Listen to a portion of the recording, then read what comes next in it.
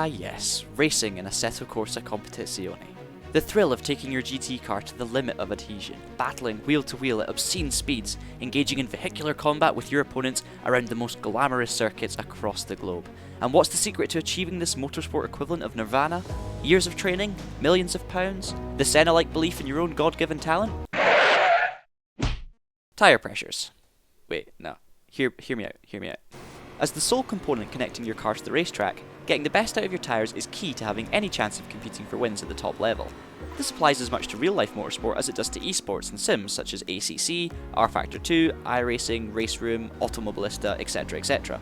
Keeping your tyre pressures at the optimal level will aid grip, tyre life, and prevent punctures. Most major sims have their own take on tyre modelling, and all have their own unique quirks and flaws. It's fair to say that ACC has attracted a lot of praise for the way the tyre model replicates rubber warm-up, slow punctures, graining, and flat spots, so is therefore a key component in terms of how you set up the car. Setting the correct tyre pressure in Assetto Corsa Competizione really does affect your lap time too. You can lose multiple tenths per lap if you veer away from the optimum pressure by as little as 1 psi. PSI, by the way, for those of you who don't know, stands for pound per square inch and is the standard unit of pressure measurement. Speaking of optimum pressures, Kunos Simulazioni, the developer of ACC, states that the optimum tyre pressure for GT3 cars sits between 27.3 and 27.8 psi. I should point out that this information is based on the revised 2020 DHE tyre model. The old DHD2 2019 tyre model's optimum pressure range sat at 27.5 to 28.0 psi. And if you're not just here for GT3 information, don't worry, I will cover GT4 stuff later on. Fear not, Maserati fans, I haven't forgotten about you. Keeping your tyres within an optimum pressure window may sound simple, but when you consider all the variables such as heat, weather, car and track, it becomes a bit of a dark art. Basically, it's something you really need to put effort in to regularly keep on top of. To put it simply, you need to learn how to adapt your pressures to suit whatever you're currently doing. Over or underinflating your tyres will result in uneven wear and imbalance, something you really don't want in a longer 1 or 2 hour endurance race. It's also worth pointing out at this stage that the optimum advised tyre pressures of 27.3 to 27.8 psi are based on hot running pressures, not cold pressures. This means you can't just go to the setup menu and set all of your pressures to 27.5. You have to give the tyres 3 or 4 laps to come up to full temperature, and it's at this point you want the pressures to be hitting the ideal window. But how do I keep track of my tyre pressures when I'm driving, I hear you ask? Thankfully, ACC provides a colorized widget in the bottom right hand side of your screen. This widget displays 3 rectangular vertical bars per tyre, indicating the inside, middle and outside of the tread. When the 3 bars of any given tyre are running parallel to one another, this indicates that the pressures are at an optimum level, but if 1 or 2 of those bars are raised or lowered, then we have an issue. Let me give you some examples. After 2 or 3 laps, you can see here that my tyres are in the perfect range. All of them sit between 27.3 and 27.8 psi, and you can see that the 3 green bars are all even. Great, that's exactly what we want. If any of the tyres are close to the 27.3 lower limit, you might want to consider bumping them up a click or 2 to be on the safe side. It's also worth mentioning that tyre pressures will naturally change throughout the course of the lap depending on what part of the circuit you're on, whether it's been more right-handers or left-handers, etc, etc. So always try and take your readings from the same point every lap. I'd recommend something like the pit straight.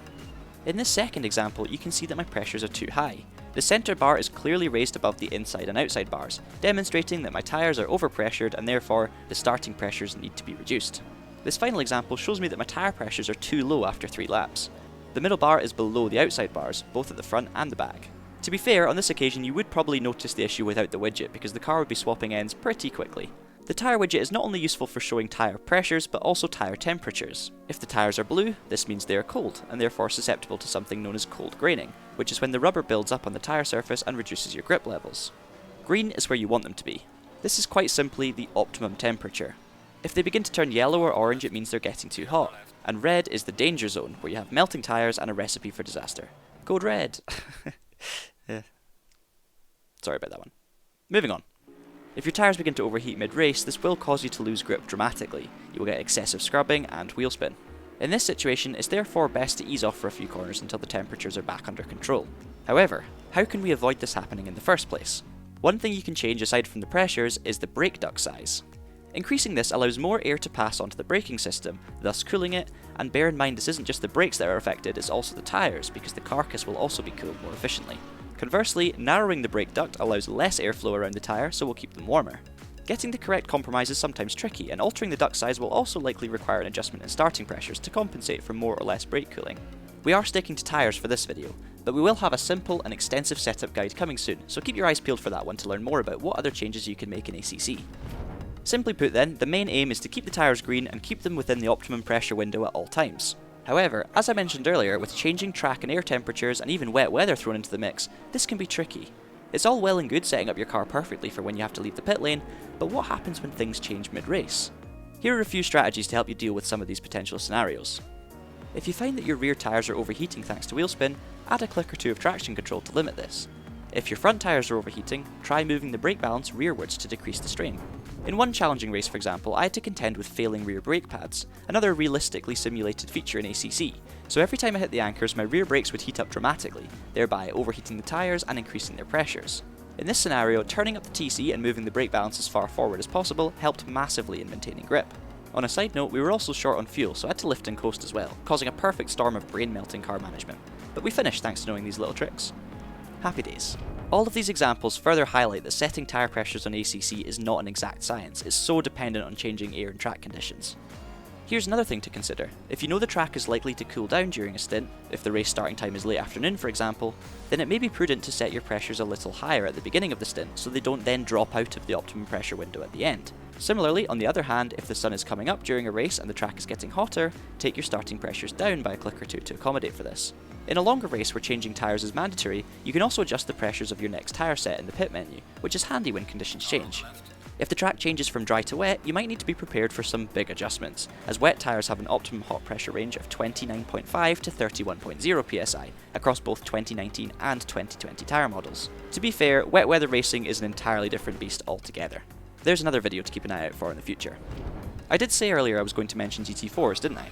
Well, the GT4 cars in ACC follow the same principles as the GT3s, but have a lower optimum pressure range, with optimum grip found between 26.8 and 27.4 psi. Just like the real GT4 series, these cars don't have access to tyre warmers, so tyre pressures start off much lower than the GT3 cars, and therefore it takes a few more laps to really hit their sweet spot. You also have to be very careful to avoid curbs, as these tyres puncture very easily when they're low in pressure. Low tyre pressure, stay away from curbs. In fact, GT4 cars seem to be more susceptible to punctures in general, even when at optimum pressures, which is why I usually try to have them running at slightly higher than optimal pressures to counteract this. Having said all of this, when it comes to ACC tyre pressures, the biggest weapon in your armoury is always experience. The more you race and the more changeable track conditions you find yourself in, the easier you will find it to adapt and make positive and informed pressure changes on the fly.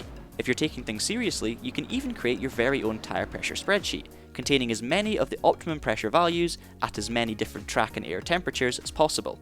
For example, if you know that a 10 degree track temperature requires starting pressures of 28.0 psi, whilst a 20 degree track temperature requires starting pressures at 27 psi, then you can assume that if the track temp is 15 degrees, you will likely need your starting pressures to be around 27.5 psi.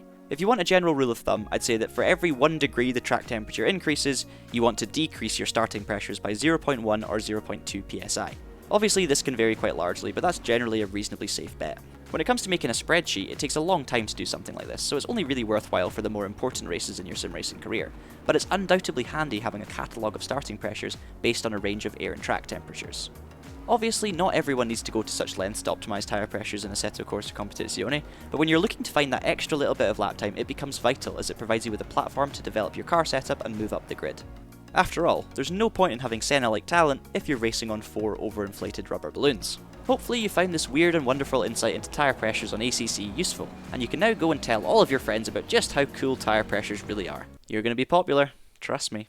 Thanks as always for watching, and for more ACC tips and tricks, make sure you check out the Traxion website at www.TraxionGG. Subscribe to the channel and hit the notification bell to catch future guides as they are released. But until next time, keep it pinned, and watch out for those curbs.